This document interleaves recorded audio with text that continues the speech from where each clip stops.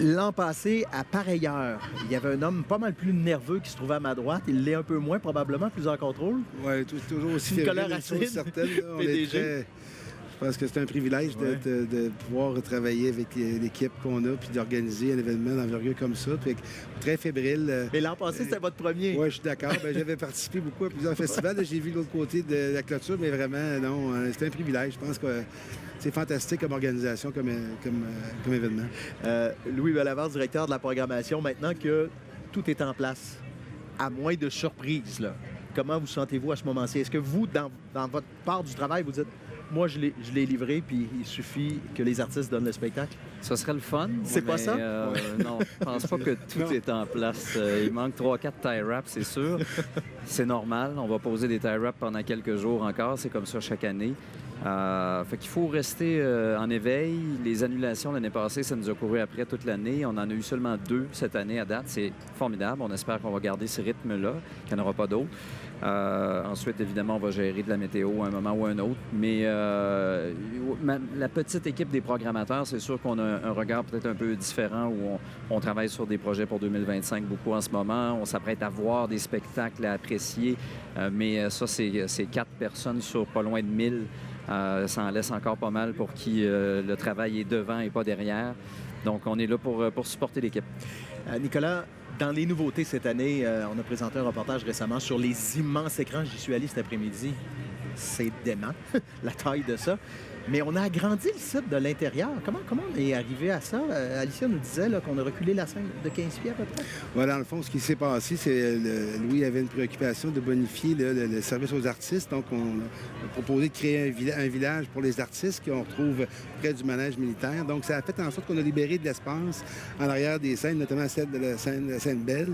Et on a revisité un peu ce qu'on avait en arrière-scène pour améliorer. Et effectivement, ça nous a permis de reculer légèrement la scène. Mais on a aussi diminué les empreintes au sol à divers endroits qui fait en sorte que, oui, c'est vrai, la capacité va être plus de confort, si on veut, parce qu'on n'a pas augmenté le nombre de passes en circulation, ça va être bien clair.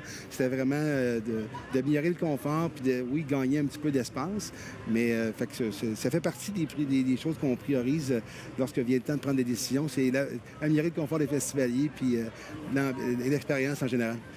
Louis, ça pourrait difficilement être plus large public que ça. Je regarde la programmation 50 Cent, Alexandra Selewski. Et je veux dire, c'est d'un spectre à l'autre. Opposés. Ouais. Oui. Est-ce que c'est plus difficile ou plus facile de monter une programmation comme celle-là? Parce que vous êtes condamné à plaire à tout le monde.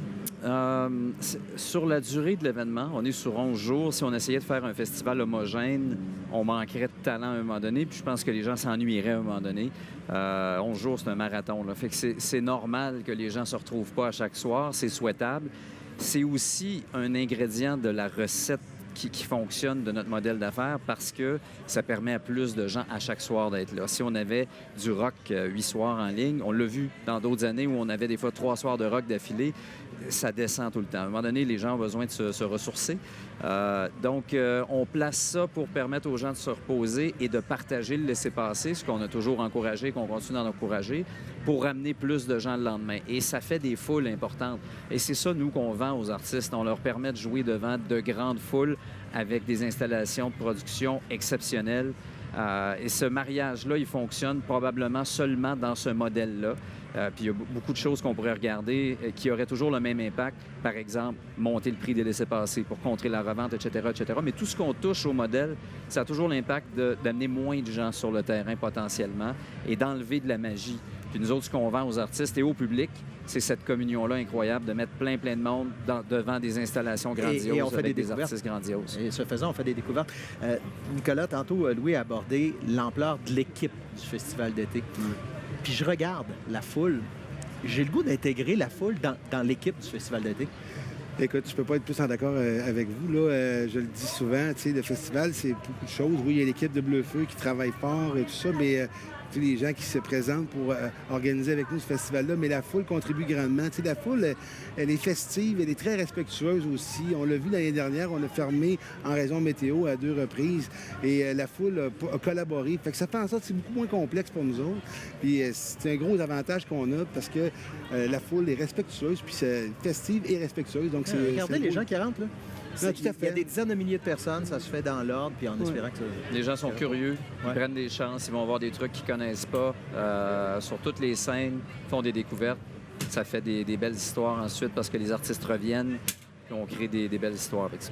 On aura l'occasion d'en reparler amplement au cours des 11 prochains jours et au cours des prochaines minutes dans ce téléjournal. Messieurs, je vous souhaite un bon festival d'été. Essayez d'en profiter. Ouais, merci à Ça vous. devrait Vraiment, bien c'est aller. bien fait. C'est un beau festival. Merci à vous. Merci.